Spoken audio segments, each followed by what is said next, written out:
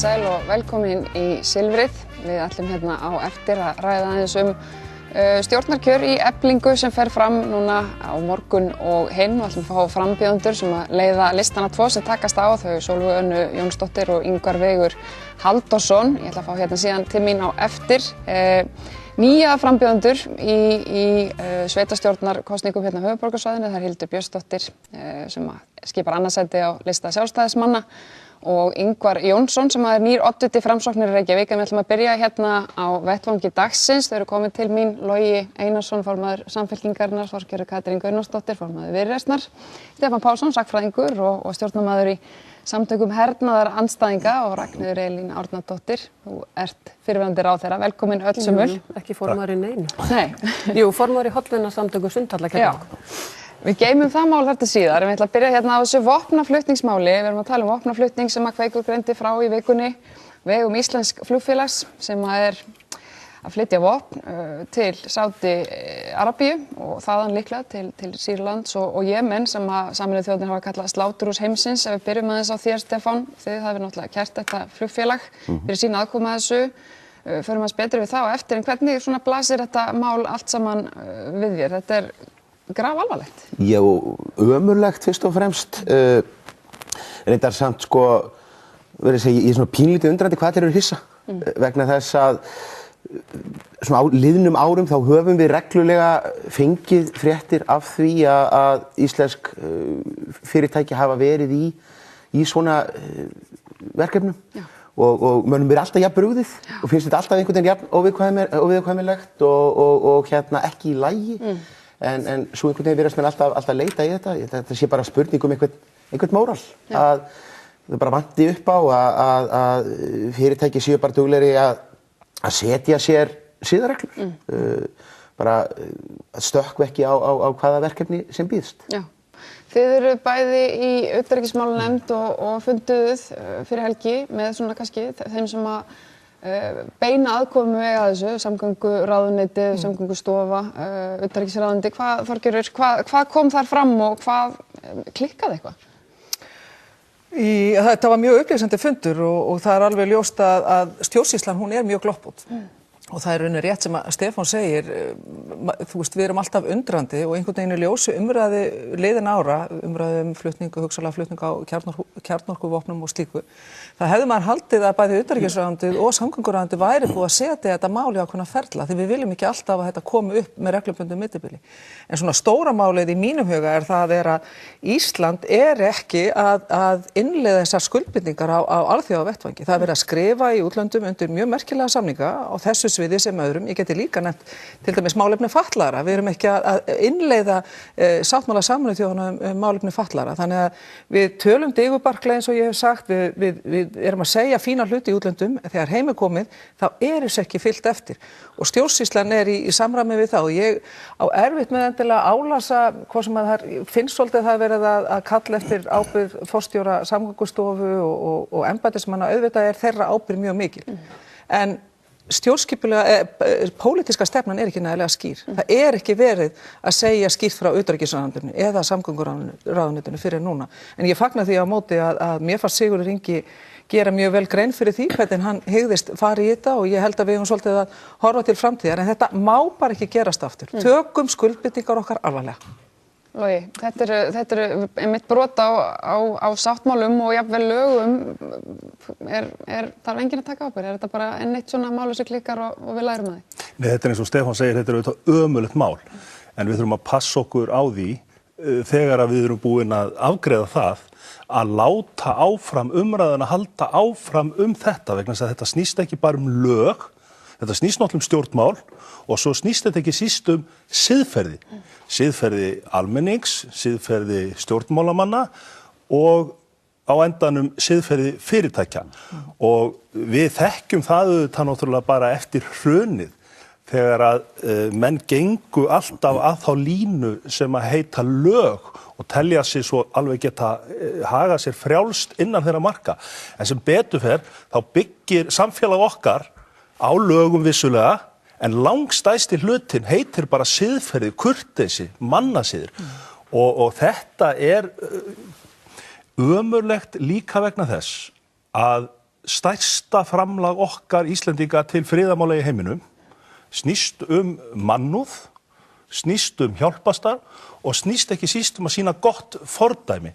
Þannig að það þarf auðvitað að fara yfir stjórnsýsluna, það þarf að fara yfir ábyrgðir ráðherra, það þarf að fara yfir umræður og þingi, en almennt eigum við bara að fara kannski tala meira siðferði í stjórnmálum og það nú önnur mál sem að kannski tókur út í það. Þú lendir í svona smá orðaskaki við fjármálaráðherra, formann Sjálfstæðisflokksins á þinginu, talaður leyndarhyggju. Ertu upplifað þetta þannig að þetta hafi bara í rauninni allt verið með vilja gert og það sé einhver að hilma yfir með ákvörðunum sem hafa verið teknar beinlínis að gera þetta? Nei, mér fannst bara algjörlega málefnilegt að spyrja ráðherra það vegna þess að hann hefur nú svo sem áður falið skjöl og skýrslur og þegar þú gerir hluti einu sinni getur það verið slys, í annað skipti er það sleifalag en þegar það gerist í þriðja og fjórða skipti þá er það væntanlega vinnuregla. Þannig að mér fannst bara fullt tilefni til þess að fá það upp. Vissi ráðherra þetta, hann svaraði því ekki ef vissi hann þetta ekki. Síðan getum við tekið umræðun hver ber ábyrgð og hver ekki. Ragnheiður, þú ert náttúrulega með mikla reynslu úr stjórnmálunum og svo ertu alþjóða stjórnmálafræðingur. Er þetta vandræðamál fyrir okkur á alþjóðavettvangi? Við vorum fyrst til þess að innleiða þessi lög og svona gerðum mikið úr því en síðan virðist einhvern veginn ekkert hafa gerst. Ég veit ekki hvort að orðið vandræðamál sé rétt orðið en ég tek undir með sessunutum mínum hér að þetta er vont mál og þetta á bara að laga. En ég get ekki, við þurfum að horfa á þetta líka í stóra samhenginu. Og það er rétt sem hér hefur komið fram. Við erum friðelskandi þjóð, við erum herlaus, við erum ekki með það siðferði að okkur þykir í lagi að selja vopn og senda vopn og taka þátt í þessu með þessum hætti. Ég held að engin ríkisstjórn, og Þorgerður hefur nú setið í fleiri ríkisstjórnum heldur en ég og lengur, en við höfum báðar setið í ríkisstjórn. Ég var aðstofamaður meðal annars í utanríkisráðuneytinu þegar svipamál með fangaflutninga kom. Og ég held að engin ríkisstjórn á Íslandi, engin ráðherra á Íslandi myndi hafa þannig siðferði sem að mér finnst ósmekklegt að logi sig að gefa í skyn að halda því fram að það sé einhver sem að myndi svona telja slíka háttsemi í lagi. Það sem að þarf hins vegar að gerast og það er kannski fínt og það er alveg rétt að þetta kemur fólki á óvart. Ég get sagt í þeirri ríkisstjórn sem ég satt í var ekki mikið rætt vopnaflutninga, bara ekki neitt. Og ég efast að ríkisstjórnin sem að tók þá við, sem að Þorgerður satt í, hafi rætt mikið þessi mál, þannig að andvaraleysi kannski. Og þá komum við að stjórnsýslunni, það eru ákveðnir ferlar. Mér finnst óásættanlegt að forstjóri Samgöngustofu segi, ég veit ekkert vopn. Það getur vel verið, ég veit ekkert mikið vopn. En hann á að vita allt flutninga. Það er hans ábyrgð.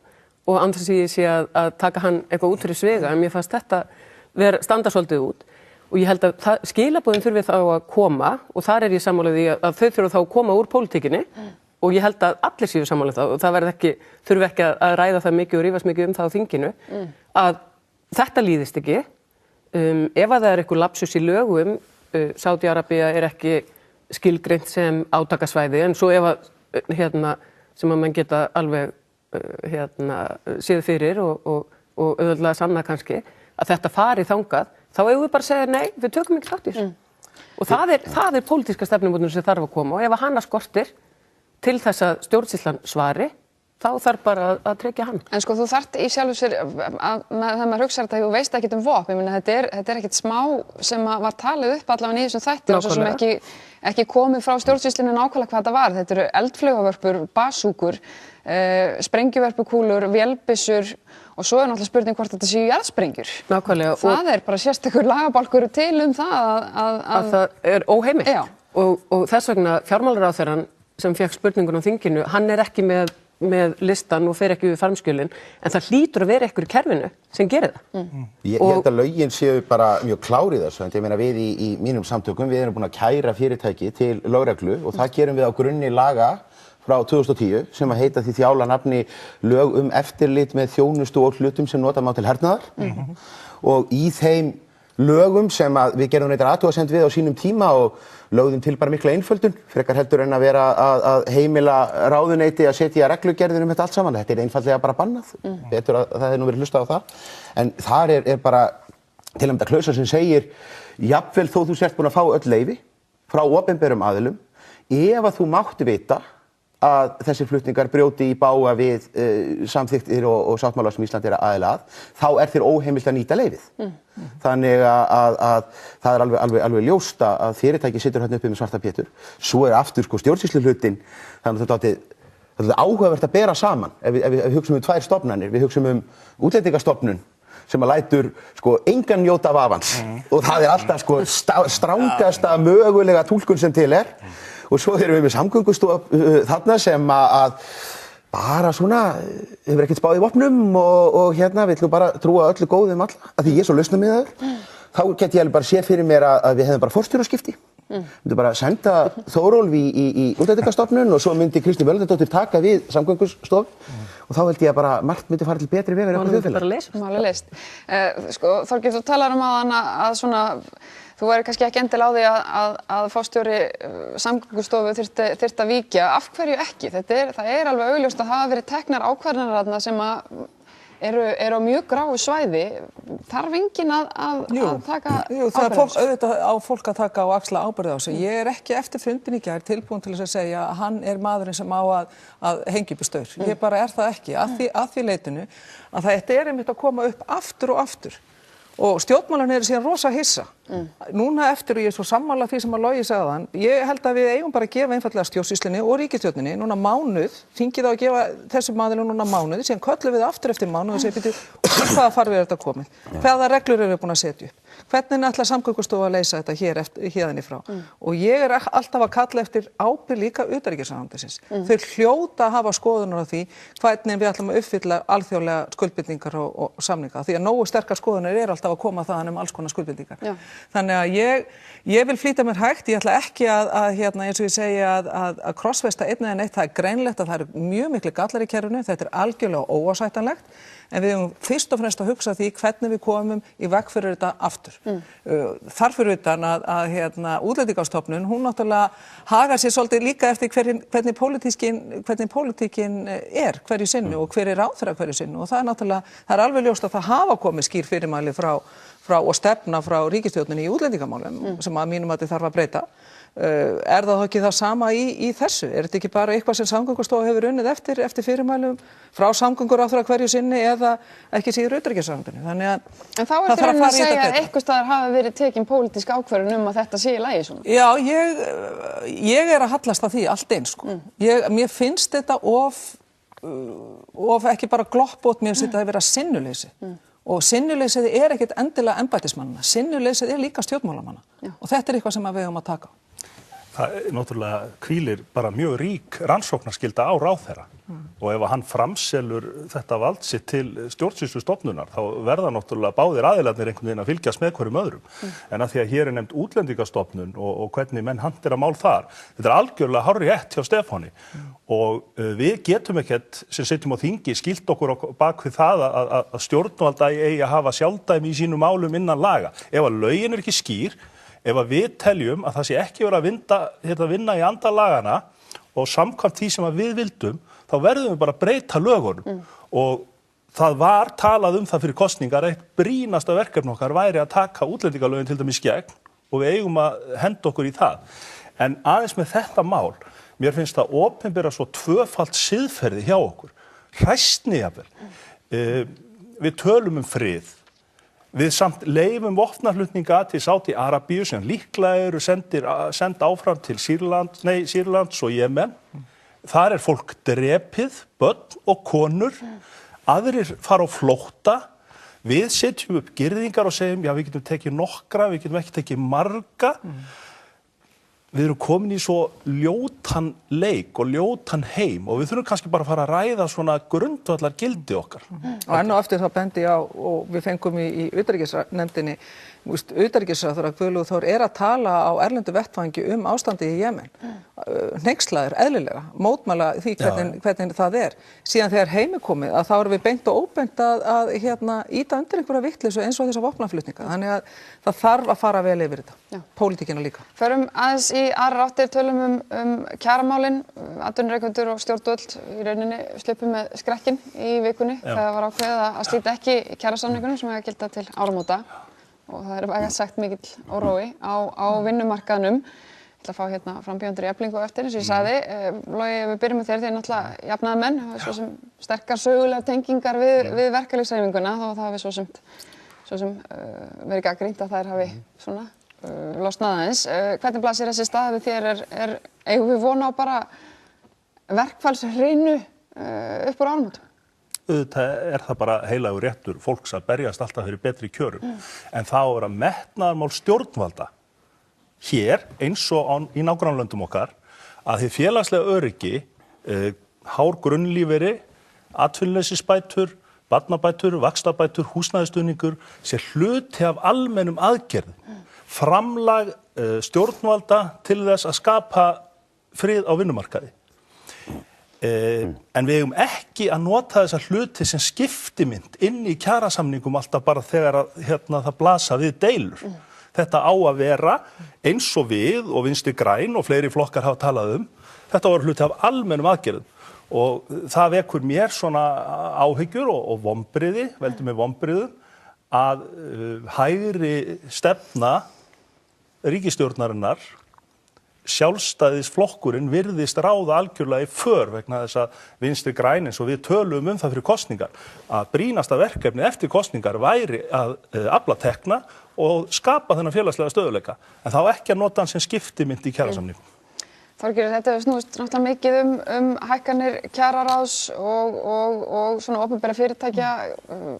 Þetta ekki, ég meina, það var náttúrulega aðalega þessi spurning kjararáðið, það sem stóð ekki til, allir sammála að það þurfi að breyta því, en það stóð ekki til að taka þar ákvarðanir og draga þær tilbaka.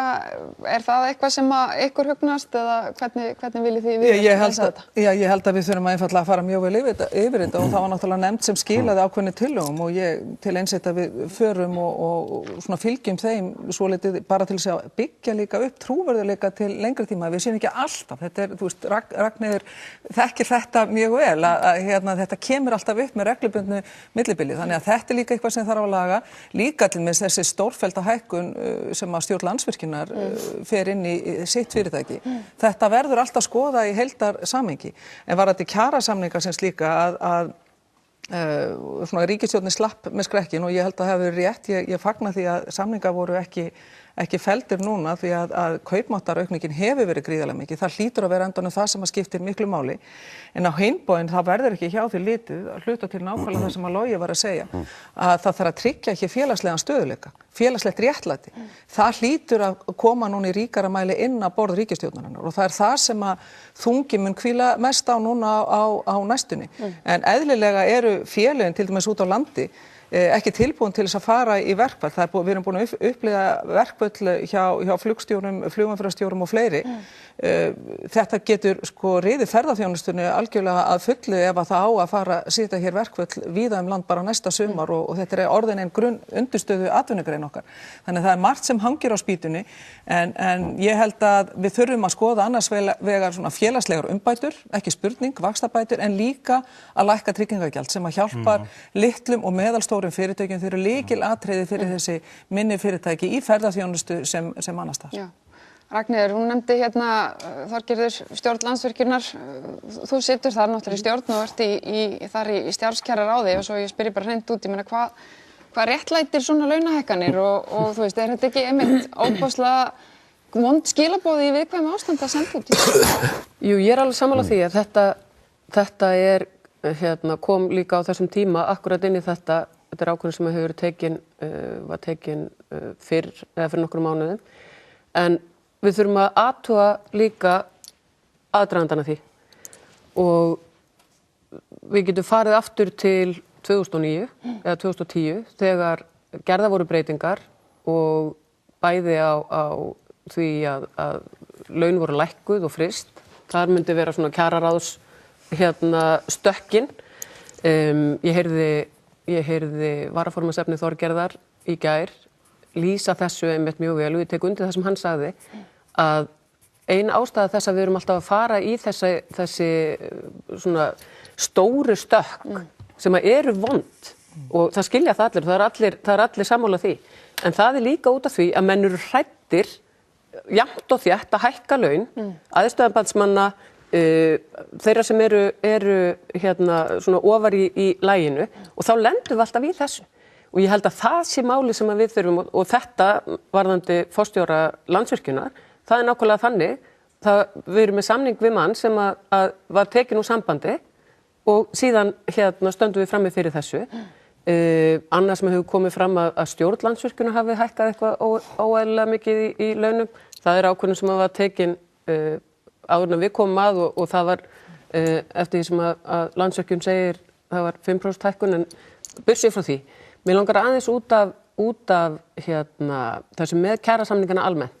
Ég sat í samninganefnd ríkisins í 7 ár og það er fyrir margt löngu síðan. Það sem að ég skildi ekki var verklagið við þessa kjarasamninga. Voru vinnubrögðin, ég hef aldrei eitt tíma mínum eins mikið eins og ég gerði á þessum árum, nótt eftir viku í karphúsinu, þar sem að fréttamennir stóðu og sögðu já, fundur stendur enn og þetta er alveg allt að koma. Við sátum og vorum að lesa séð og heyrt og skiptast á uppskriftum. Það var ekkert að gerast. Það þurfti bara að bíða, tíminn þurfti allt svona og þetta er ennþá svona 20 ára síðar.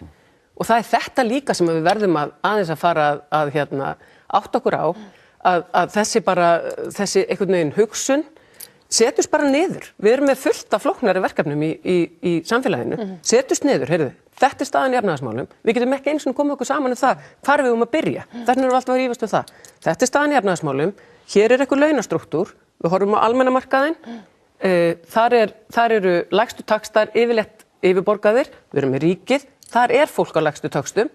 Þess vegna er þarna munur. Förum í þetta og einhvern veginn náum samkomulagi. Þessi eilífu hvað ég að segja, hérna, upprópanir á báða bóa hérna, brigsl og svik og við þurfum að standa í lappirnar og sýna, eins og forseti ASÍ er að tala já, nú þurfum við bara að brýna okkur fyrir veturinn. Akkur segir hann ekki frekar, heyrðu, nú skulum við bara setjast niður og klára þetta fyrir veturinn. Þú veist, ég held að það sé miklu meiri stemming fyrir því í samfélaginu núna að við tökum verkefnin, förum sameiginlega í þau, en erum ekki alltaf einhvern veginn að kasta þessu á milli okkar svona í hérna átakaferlinu. Mér hefur ekki fundist verkalýðshreyfingin vera úr hófi hávaðasum og frek. Alls ekki.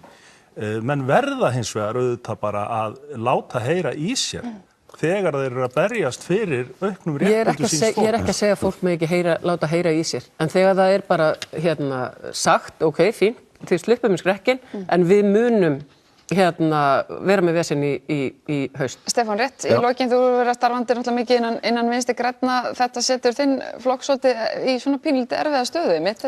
Já, ég tók samt eftir því að til að mynda að verkalýðsforustan fagnaði því þó að þessi félagsmála pakkar sem að ríkisstjórnin kom með að borðinu, þeir voru ekki skilyrtir við það að menn yrðu að samþykkja og annars myndu atvinnulausisbætur ekki hækka og þar fram eftir götunum og það er jákvætt.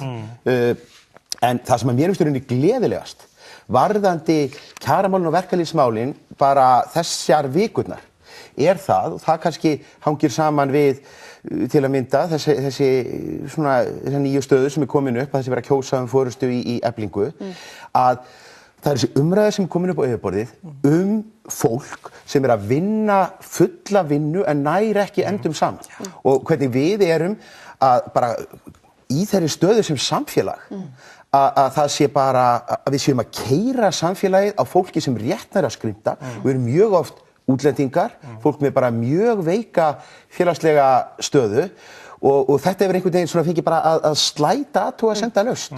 Bara verulega aukin stéttaskipting og mér finnst bara frábært hvað það er orðin mikil og opinber umræða þetta. Við fáum þau hérna til okkar á eftir í Eflingu. Þakka ykkur tveimur kærlega fyrir komuna. Við ætlum að fara aðeins í sveitarstjórnarmálin.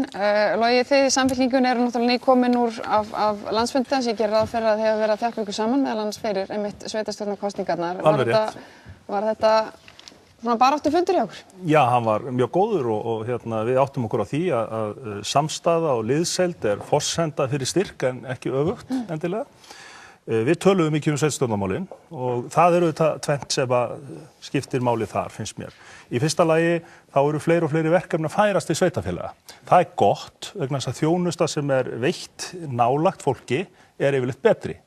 En það hefur verið misbrestur á því að fé hafi fylgt. Þannig að sveitarfélög sem hafa litla möguleika til tekjuöflunar eru í úlfakreppu þarna. Þannig að það forgangsatriði að fara að skoða skiptingu á tekjustofnum milli sveitarfélaga og ríkis. Síðan það náttúrulega stóra málið og það þetta okkar manngerða umhverfi og þar sem við 70% landsmanna búum í þéttbýlið.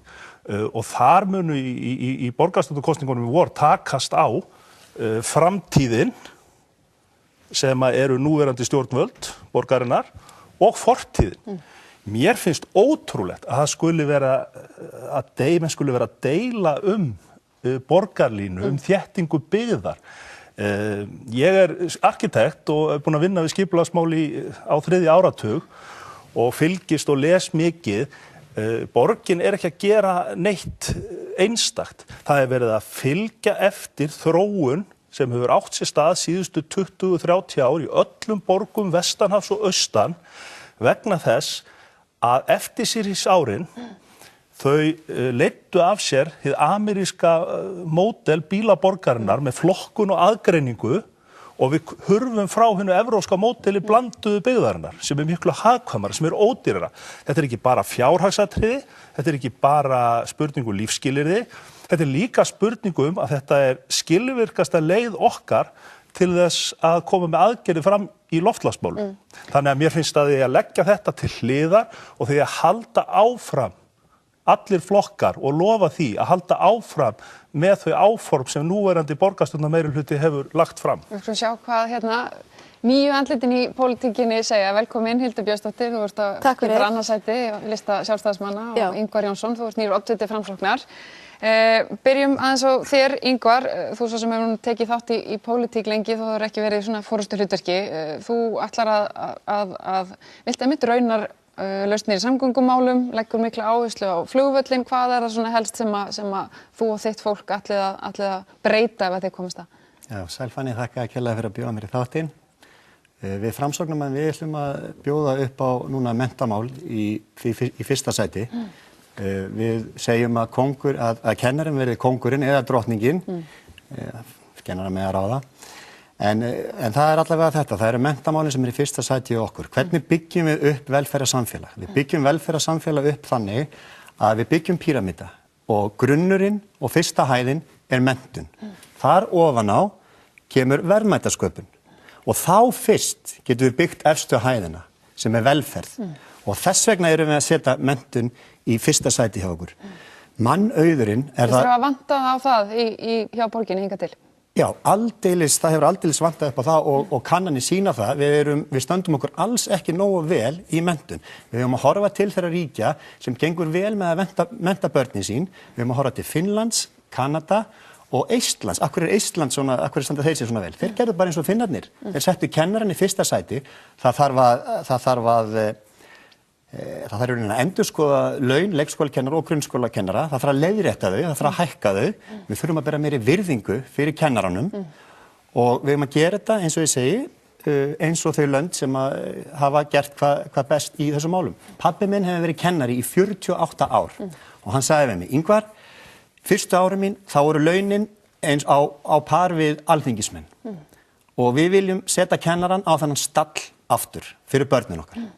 Hildur, hvað segir þið hjá sjálfstæðismönnum? Þið voru með fund líka helgina eins og Samfylkingin.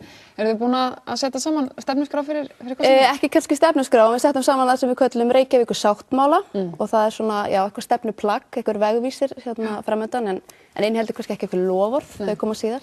En ég vil taka undir með Ingvar að menntamálin munu þetta skipta gríðarlega miklu máli og núna ég búin að vera síðustu daga svona í fullu starfi sem frambjóðandi og í því felst að maður mikið að hitta fólk. Og ég hitti daginn að fór að fund með foreldrum barna í tilteknum skóla í Reykjavík og ég vil nú ekki kannski nefna skólanum nafn, bara svona virðingu við þetta fólk. En þau, það var eitt sem börnin þeirra eru ekki að fá svona þá þjónustu sem þau er skilið og það er svona einhver mjög áþreifanlegur vandi þar til staðar. Og það var eitt sem hitti mig í hjartastað, það var eitt þessara foreldra sem sagði það fer í taugarnar á mér að hlusta á stjórnmálafólk, alltaf bara tala einhvern veginn framtíðina og einhverja spennandi hugmyndir í framtíðinni sem auðvitað nauðsynlegt að ræða líka þegar börnin okkar ekki að fá þá þjónustu sem þau eiga skilið í skólunum. Og við þurfum auðvitað að gæta þess að þessi kosningabarátta snúist ekki bara einhverja framtíðamúsík, heldur hvernig við ætlum að bæta grunnþjónustuna og meðal annars efla skólana og þjónustuna við börnin okkar. Og hvernig hvað sjáu þið fyrir ykkur? Ég meina þetta er mikið til mönnunarvandi. Hvað þarf að gera til þess að leysa það til dæmis? Já, ég ætla ekki að koma kannski akkurat á þessum tímapunkti með eitthvað loforð, en ég held í fyrsta lagi að yfirbyggingin sé allt og stór og það á við mörg batteri og svið hjá Reykjavíkurborg. Það er allt og stór og kostnaðarsöm yfirbygging og ég held að það megi fara í einhverju ferla að einfalda það og færa fjármagni meira inn í skólana. Margir kennarar tala að þeir séu að sligast undan þessum flóknu námskrám og það sé lítið frelsi til að vera til sjálfstæðis og sveigjanleika. Þannig að ég held að við eigum að styðja betur við kennarana og gefa þeim meiri sveigjanleika og eins og segir sjálfstæði í starfi. Þannig að þetta er svona, það er eitt og annað. Þú talar tölvöld líka, hef ég séð leikskólamálin og svona dagvistunarvandan. Er það eitthvað sem ætla að taka á líka? Svo sannarlega. Ég á núna 2 dætur í leikskóla og ég fór ekkert varhluta af þessum manneklu vanda síðasta vetur. Og ég finna þegar að fólk í kringum mig heyrir að ég sé að fara í framboð þá var það fyrsta sem það segir nennið að leysa þessi daggæslumál. Og þetta skiptir fólk alveg rosalega miklu máli. Og það þarf að leysa úr þessari manneklu, það þarf að leysa starfsaðstæður leikskólakennara. Mér finnst þetta alveg ótrúlegt hvernig leikskólakennara náðu einhvern veginn að halda á spöðunum þrátt fyrir mannekluna. Já, og við viljum líka, það er mjög stórt jafnréttismál að færa leikskólaaldurinn neðar. Og það er eitthvað sem við getum gert þegar við erum búin að leysa kannski vandann sem þetta er staðar núna. En við myndum vilja svona, eins og maður segir, brúa þetta bil kannski frá fæðingarorlofi og að leikskóla. Og ég þekki bara 2 dæmi í mínu nærumhverfi konur sem hafa mist vinnuna, hreinlega. Af því að nóg er nú að þurfa að vera heima þegar börnin manns eru veik eða maður er sjálfur veikur. En þegar kemur líka þessir ótal mörgu dagar sem að fólk þurfti að vera heima vegna manneklu, að þá einhvern veginn missir svolítið fólk,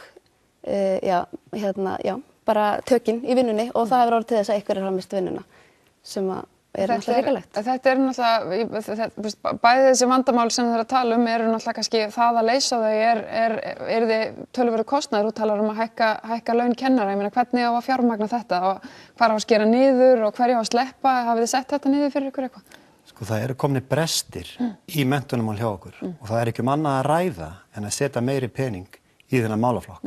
Þetta er ekki spurning hvað það kostar mikið, auðvitað kostar þetta, en þetta er líka fjárfesting til framtíðar, þetta er fjárfesting í börnunum okkar. Það er alveg sama hvað samfélag á margar náttúruauðlindir, það er mannauðurinn sem skiptir öllu máli. Ef mannauðurinn er ekki í lagi, þá munu náttúruauðlindir ekki bjarga samfélagi.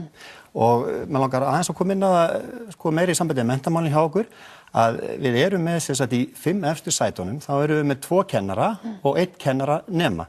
Og þetta er allt mjög glæsilegar og frambærilega konur sem eru í sætunum, númer 2, 3, 4 og 5, þetta er allt konur og eins og ég segi, 2 kennarar og 1 kennara nemi. En við þurfum að auka fjármagn inn í menntakerfið og við þurfum að koma með fagmennsku inn í skólana, valdefla kennaran og ef ég myndi segja við ykkur, ég er nú flugstjóri á Icelandair, ef ég myndi segja við ykkur, heyrðu, það verður því miður ekki í fluginu einhver á morgun, það verður ekki faglærður flugstjóri, en hann verður ófaglærður, en þið komist vonandi áfangastað. Við sættum okkur auðvitað ekki við þetta og þetta eigum við ekki að sætta okkur við fyrir börnin okkar í skólum. Við viljum fagmenn til þess að mennta börnin okkar. Ég meina, sko, Logi, þetta er nú svo sem blasir við, þið stjórnið í skólamálunum í borginni, er þetta ekki eitthvað sem þarf ekki verið miklu meira samtal milli ríkis og sveitarfélagana þegar kemur að þessu menntamál? Jú, og í rauninni fyrra atriði sem ég taldi upp í gær, áðan, var í rauninni þetta að það þarf að skoða tekjustofna, skiptingu, ríkis og sveitarfélaga vegna þess að þetta er allt hárrétt sem að Ingvar er að segja. Við þurfum að gera átak í menntunarmálum út af svo mörgu sem er að gerast í okkur samfélagi. En það kostar peninga og þeir peningar eru ekki auðvelt að sækja þegar maður stjórnar sveitarfélagi. Ég hef verið í bæjarstjórn og það er mjög takmarkað sem sveitarfélagi getur gert til þess að afla auka tekna. Þannig að ríkið þarf að koma að þessu máli, ég er sammála því. Ingvar getur rætt við menntamálaráðherra sinn og farið yfir það. Það hafa orðið stórkostlegar umbætur í skólamálum hér á síðustu árum, meðal annars í Reykjavík. Mönnun hefur breyst ótrúlega mikið úr mikið af ófæglegu fólki yfir í fagmenntað fólk og ég hef heyrt það líka að borgarstjórnarflokkur Samfylkingarinnar hefur núna lofað því að það ætli að brúa þetta bil milli fæðingar, orlofs og leikskólaaldurs og það mjög nauðsynlegt að það veri gert sem víðast en þetta kostar peninga og það þarf að fara í mjög markvissa vinnu og samtal við Alþingi það að tryggja að fjármagn renni til sveitarfélagana. Og þar ættu þið auðvitað að vera í lykilstöðu ríkisstjórnar megin við borðið. Við getum gert þetta saman. Við erum ekki andstæðingar. Aðeins að spyrja þig út í Viðreisn, þið hafið lýst yfir, þið ætlið að bjóða fram svona hér og þar í sveitarstjórnarkosningunum og þar á meðal í Reykjavík, maður har heyrt að Pavel hyggist sækjast eftir sæti þar. Já, hann búinn að lýsa því yfir og það mikill fengur fyrir Viðreisn að hafa Pavel. Ætlar hann að leiða þetta? Það kemur í ljós, það náttúrulega bara Reykjavíkur félagi sem að stýrir þessu og mér skilst að þetta sé á loka metrónum. Hvað áhersla verður í stefnu Viðreisnar í borginni? Já, ég get vel ímyndað mér að það verði miðað við það sem maður að heyra og það búin að vera ákveðnir vinnufundir að það annars vegar það að halda áfram og ég held að það sé margt mjög gott einmitt sem núverandi meirihluti hefur staðið fyrir að halda áfram að gera borgina okkar samkeppnishæfa við útlönd. Hún svona brjóstvörn okkar Íslendinga til þess að fá fólkið okkar heim. Þannig að fólkið sem búið að vera í útlöndum komur raunverulega heim því að gegnum árin þá fengum við unga fólki sem fór út til að læra heim. Það hefur ekki verið þannig á umliðnum árum. Þannig að borgin þarf að vera aðlaðandi. Þannig þið sjáu fyrir ykkur að fara þá með meirihlutanum jafnvel? Alls ekkert endilega. Ég hef ekkert umboð í rauninu til að segja eitt eða neitt það. En síðan það hitt máli og það hið daglega líf borgarbúa. Og það menntunin sem skiptir öllu máli. Það skiptir öllu máli að menntunin verði tekin mun fastari tökum heldur en að mínum að núverandi meirihluti hefur gert. Það þarf að brúa bilið á milli leik og grunnskóla. Það þarf bara að segja einfaldlega klárt með ríkisstjórninni að fæðingarorlof verði lengt í 12 mánuði. Fara í tekjustofna ríkis og sveitarfélaga en ekki síður það að taka það sem við í Viðreisn lögðum mikla áherslu á fyrir síðustu þingkosningar. Það að bæta kjör kvennastétta. Þar með talið kennara og það hægt að gera þetta í kjarasamningum, vera með langtíma markmið en við getum bætt kjör kvennastétta og síðan því til viðbótar að losa meðal annars námsgráðnar þannig að við segjum treystum kennarunum, treystum fagfólkinu til þess að mennta börnunum okkar og höldum utan um það. Hluta því einmitt að líta til Finnlands. Það hefur verið gert núna bara og var gert á sínu tíma með sumir gagnrýna lengingu í kennaramenntunina en það var nákvæmlega verið að líta til Finnlands. Gera þetta eins og Finnar, gera kröfu til kennaramenntunar en það voru önnur skref sem þurfti líka að fara með og það launaumhverfi. Það starfsumhverfi kennara sem ekki búið að gera þannig að viðunandi sé. Þorgerður kemur inn á mjög mikilvægan punkt. Vegna þess að eina forsendu fyrir því að við breyttum lögum jöfnun lífeyrisréttinda var yfirlýsing ríkisstjórnarinnar það að það þyrfti að taka þessa fjölmennu kvennastéttir og laga laun þeirra. Ég ætla aðeins að reyna að ná samgöngumálunum hérna. Hildur, þú hefur sagt að þú sért svona ágætlega hlynt allavega borgarlínu. Oddvitinn það ekki endilega. Komin eitthvað svona stefna hjá Sjálfstæðisflokknum hvar hann stendur? Við erum öll alveg samstiga í því að við viljum gera stór átaki í almenningssamgöngum og ég held að ekkert okkar myndi samþykkja borgarlínu tillögur í núverandi mynd. Ég fór á fundum daginn með einum af svona flutningsmönnum þessara tillögu, við getum orðað þannig. Og það orðað svo að þau væru með þessa tillögu í 70.000 feta hæð og væri sannarlega ekki lent. Þannig að það á eftir að sníða ýmsa vankanta þarna af. Ég sé ekkert því til fyrirstöðu. Ég nú bara svona nokkuð diplómanneskja og ég sé ekki því til fyrirstöðu að þetta verði bara rætt áfram með nágrannasveitarfélögunum. Kannski þetta lausnin, kannski ekki en hvað sem því líður að þá þurfum við að fara í svona átak í samgöngumálum og reyna að fá fleiri til þess að nýta sér almenningssamgöngunar og gera þær að þessum raunverulega valkosti fyrir fólk sem þær eru kannski ekki í dag og kannski sérstaklega ekki fyrir fólk sem býr austarlega í borginni. Og það kannski fólkið sem á ekkert annar að kosta völ en að reka 2 bíla á heimili og svo framvegis. Og það enda stendur til hjá mér að prófa þetta. Mér langar að prófa hvernig það að taka strætó úr miðbænum og upp í Grafarvog. Yngvar, þú kannski kemur bara með. Mér skilst þetta að taka heillangan tíma og við getum bara smurt nesti og haft það hugulegt. Hvar Framsóknarflokkurinn það kemur að borgarlínunni? Já, við viljum raunhæfar samgöngur fyrir alla. Borgarlínan gæti verið eitthvað laust til lengri framtíðar en hún ekki laust fyrir næsta kjörtímabil. Við þurfum lausnir núna og fyrir næsta kjörtímabil. Við viljum fara í tilraunaverkefni sem frítt í strætó í 1 ár, sjá hvort við fáum fólk inn í almenni samgöngunar, taka svo stöðuna ári liðinu og sjá árangurinn. Þetta mjög ódýr leið til þess að kanna hug fólks til almenningssamgangna. Borgarlína eins og hún stendur núna lágmark 70 milljarðar fyrir þá tilraun. En við sláum ekki borgarlínuna út af borðinu til lengri framtíðar. Og það margt annað hægt að gera til þess að leysa þann bráðavanda sem steðjar að okkur. Eins og til dæmis að laga aftur götuna sem búið að þrengja. Ef ég tek dæmi sem Borgartún þá strætó, það ekki útskot fyrir strætó þar. Þannig að þegar strætó stoppar í Borgartúni, þá stoppar öll umferðin þar á eftir. Þetta ekki til að greiða fyrir umferð. Við viljum greiða fyrir umferð. Ég bý rétt hjá Bústaðavegi og Grensásvegi. Ef þú komið frá Grensásvegi að byggja Bústaðaveg, þá var þar frárein og aðrein inn á Bústaðaveg áður en að núverandi meirihluti þrengdi Grensásvegin fyrir meir en 200 milljónir króna. Þetta ekki rétt forgangsröðun. Við viljum raunhafa samgöngur fyrir alla. Mér finnst bara liggja beinast við að hann talar við samgönguráðherra sem að mér finnst ekki hafa sýnt mikinn skilning varðandi málefni höfuðborgarsvæðisins. Það þarf að fara að tala stokkálausnir, til dæmis heima í Hafnarfirði, það liggur alveg ljóst fyrir að það þarf að leysa þau mál. En síðan það auðvitað, þú vorst að tala hvað, með hverjum við förum og svo framvegis, það kemur náttúrulega bara allt í ljós. En ég verð þó að segja að horfandi til þess að Sjálfstæðisflokkin og svo hlusta ég á þau að mér finnst í fyrsta lagi Sjálfstæðisflokkurinn vera bara, hann ekki að koma nær Viðreisn, hann frekar að negla sig fast upp í miðflokkinn og greinilega Framsóknarflokkinn líka. Í öðru lagi að bara svona áhugavert fyrir fólk í pólitík að þá maður að sjá Sjálfstæðisflokkinn. Gullarmurinn að ná yfirhöndinni í Sjálfstæðisflokknum í Reykjavík og mér finnst það í ljósi þess bara hvernig Gulli talar Brexit og svona, hann helsti talsmaður Brexit, mér finnst það ekki vera sérvarandi og svo í þriðja lagi sem að mér finnst eiginlega alvarlegast.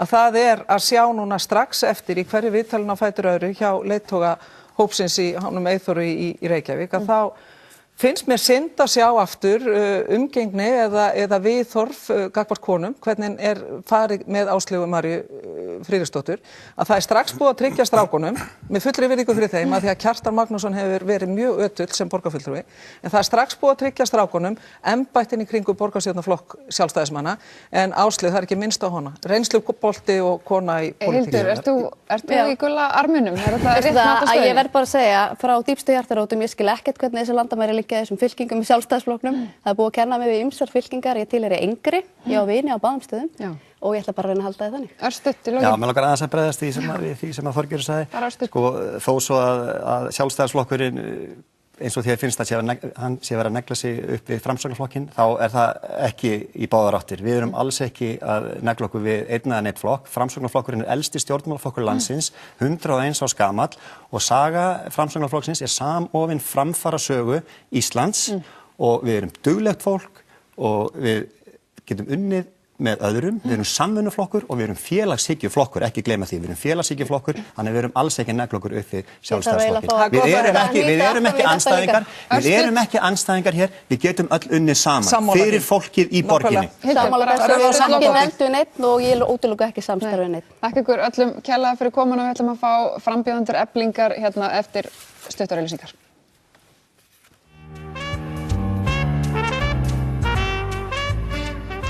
Sérstaklega hjá mér frambjóðendur í stjórnarkjöri Eflingar, Ingvar Vigur Halldórsson, þú ert oddviti A-listans og Sólveig Anna Jónsdóttir hjá B-listanum, velkomin bæði tvö. Við byrjum kannski bara á svona, af hverju þið eru að þessu, hvernig hyggst þú og þitt fólk beita ykkur fyrir félagsmenn ef þið hljótið vinnið þetta núna á þriðjudag? Já, við erum í A-listanum.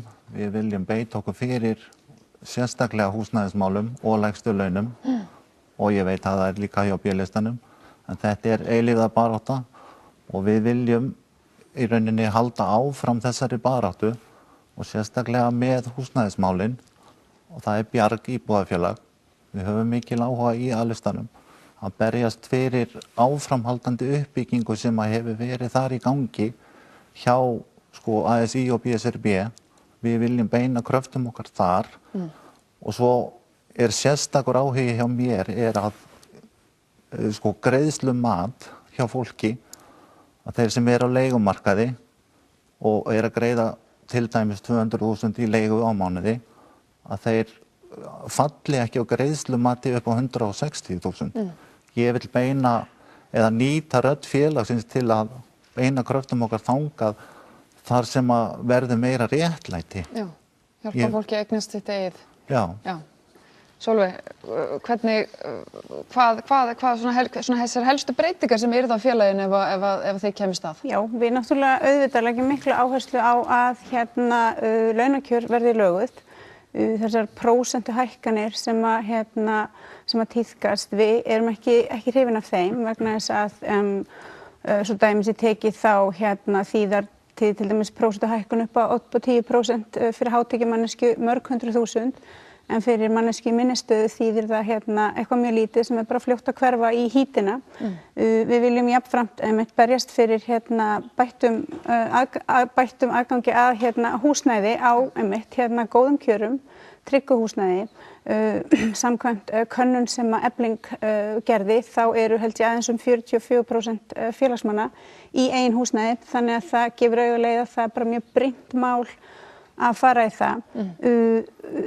Jafnframt viljum við leggja áherslu á það sem við höfum kallað svona lýðræðisvæðingu félagsins að baráttan verði ekki háð á þessum píramídastrúktúr.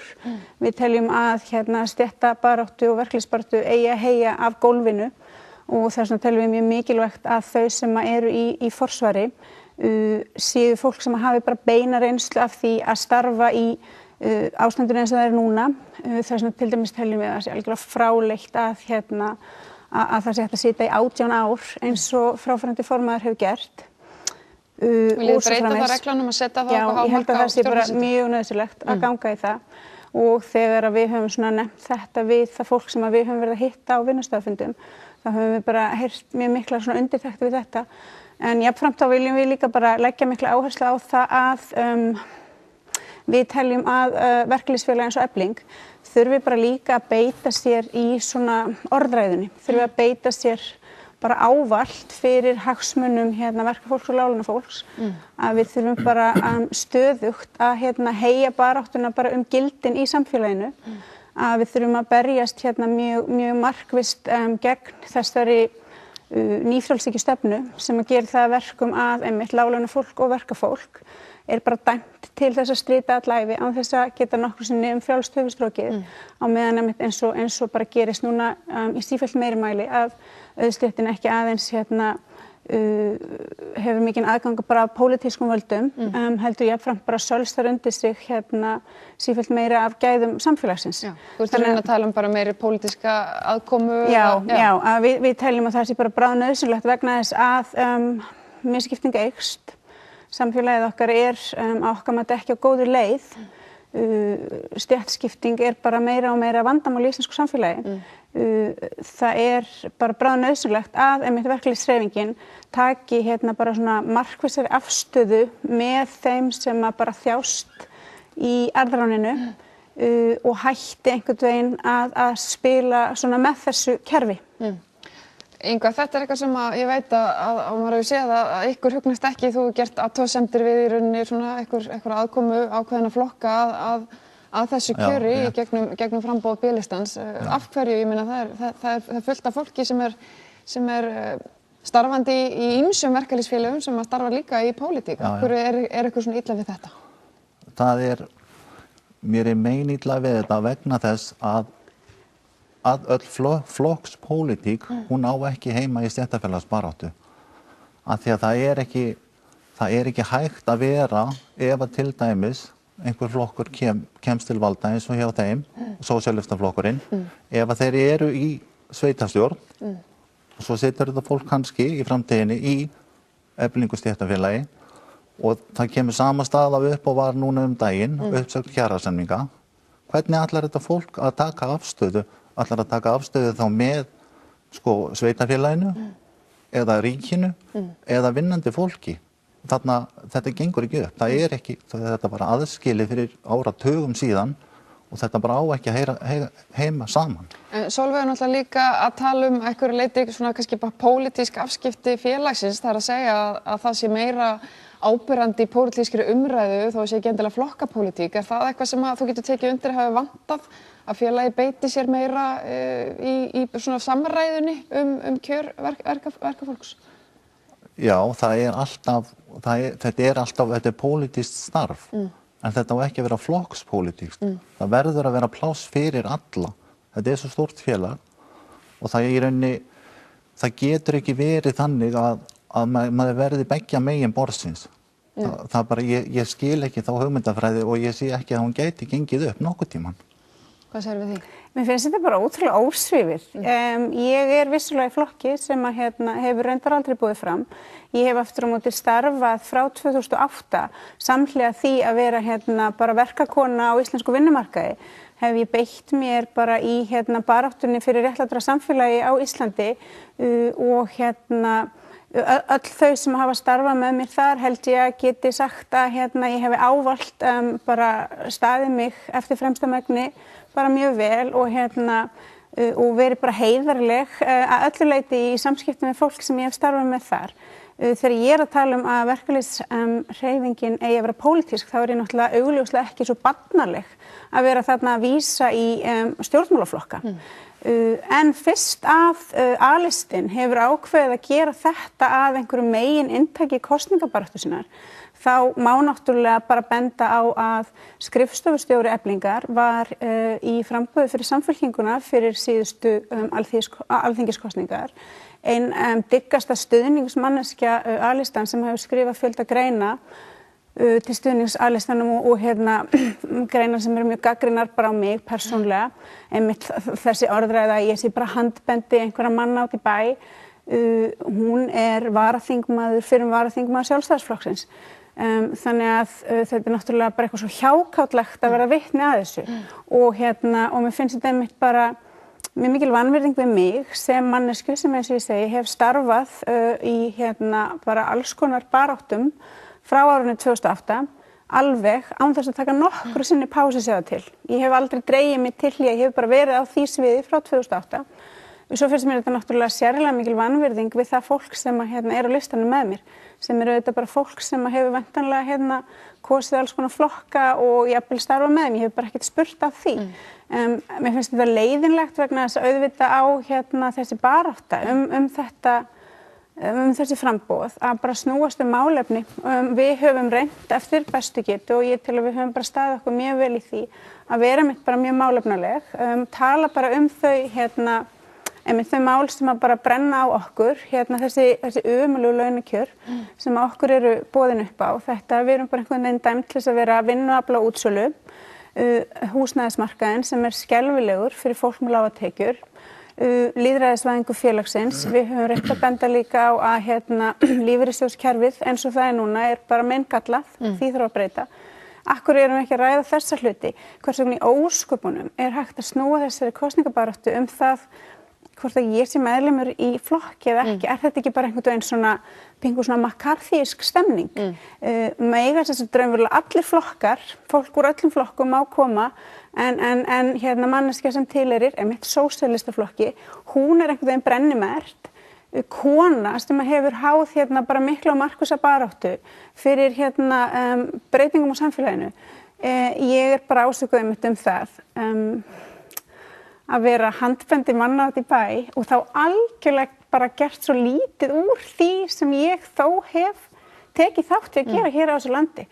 Þannig að þetta bara mjög hryggilegt. Ingvar, er þetta ekki alveg rétt hjá henni mín að þú skrifaði grein þar sem þú sagðir frambjóðendur B-listans vera leikara í leikriti þar sem þú sömdu ekki sjálf handritið? Hvað nákvæmlega meinar með þessu? Ég meina það að það kemur fram á síðu hjá Gunnari Smára í Sósíalistaflokknum. Hann auglýsir eftir fólki til að gefa kost á sér gegn A-listanum þegar auglýsingin kom fram. Og þetta vita allir sem hafa fylgst með. Fólk veit þetta náttúrulega vegna þess að þetta það eina sem að þið hafi sett fram í eitthvað kosningabaráttu. Þið eru með auglýsingar í miðlum sem gengur ekki út á það hvað þið ætlið að gera ef þið komist til valda. Heldur sem gengur út á það að mála mig sem einhvers konar annarkvort bara örvita eða valdasjúka og hégómagjörna konur sem tilbúin til þess að taka þátt í hverju sem til þess að fá einhverja persónulega athygli. En það eru þið sem hafi komið baráttunni á þetta level. Ég meina, skilur ef einhver á að skammast sín, þá það náttúrulega þið fyrir að hafa farið með umræðan á þennan stað. Hvað segirðu þessu? Nei, þetta ekki rétt. Nei. Umræðan fer á stað þarna, hún byrjar í flokknum. Þér finnst illa að ykkur veiði sem hafi verið að starfa í Eflingu? Ég bara alfarið á móti því að einhver flokkur óski eftir framboði, það alveg sama hvaða flokkur það til þess að gefa kost á sér gegn fólki í stéttarfélögum. Þetta bara frálegt. En það hefur verið talað einhverju leyti að þið séu svona frambjóðendur kerfisins, að þið eru þarna frambjóðendur uppstillingarnefndar. Ég meina, hvernig ertu ósáttur við þá skilgreiningu?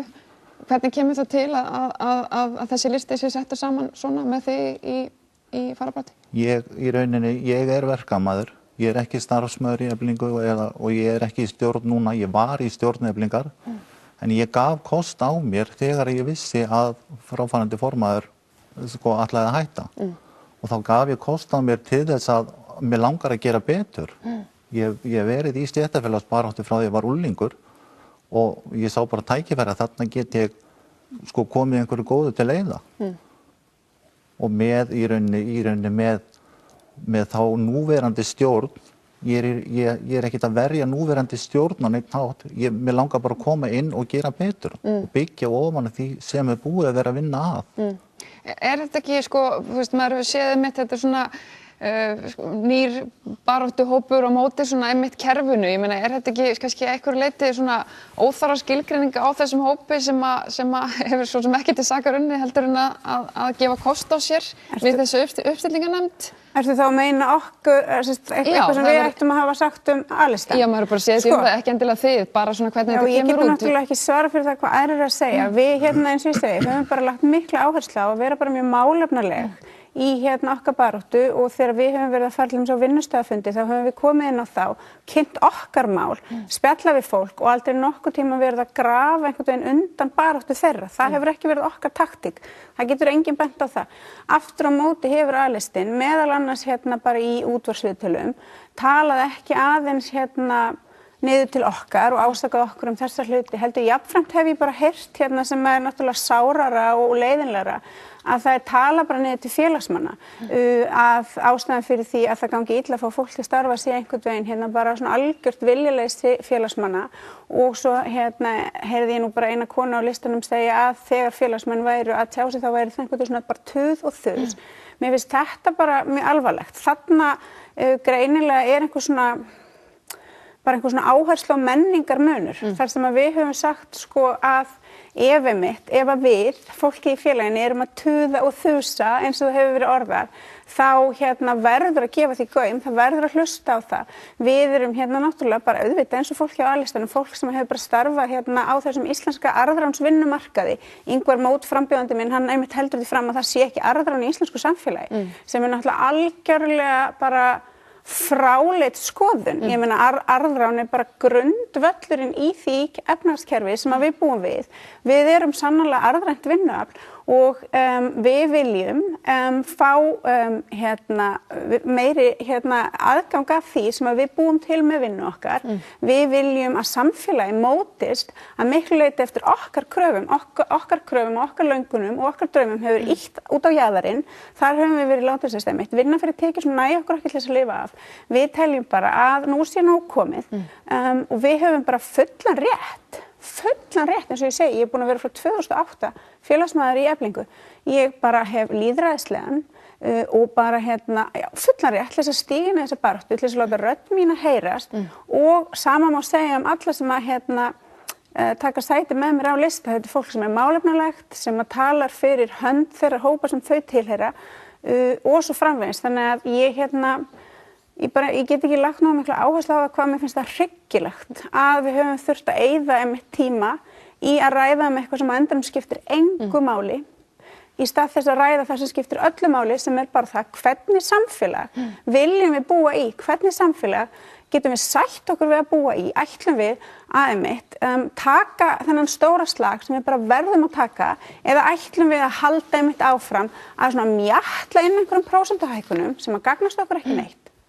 Ég meina það snýst þetta. Ingvar, örstutt í lokin, ertu sammála því að sé að verða arðarán og ætli því að berjast gegn aukinni stéttaskiptingu í íslensku samfélagi ef þið komst það? Já, sjálfsögðu berjast við fyrir því sko. Og arðrán það of djúpt í áruna tekið. Það mín skoðun. Hvernig myndir þú lýsa þessu? Hverju þá? Bara svona þessu sem hún að segja, að hérna sé stétt sem að taki meira og skilji ekkert eftir fyrir þeim sem að minnst mega sín. Það vissulega launaskipting í landinu og þetta það sem við bæði viljum berjast fyrir. Það að auka tekjurnar og sérstaklega hjá þeim lægst launuðu. En hvernig ætlar að berjast, ef afneitar bara grundvallar hugtaki, hvernig ætlar þá að leiða baráttu næst stærsta stéttarfélags á Íslandi? Við komumst ekki lengra með þetta að sinni. Takk ykkur kærlega báðum fyrir komin og gangi ykkur vel. Við höfum ekki lengra sinni, verið sæl.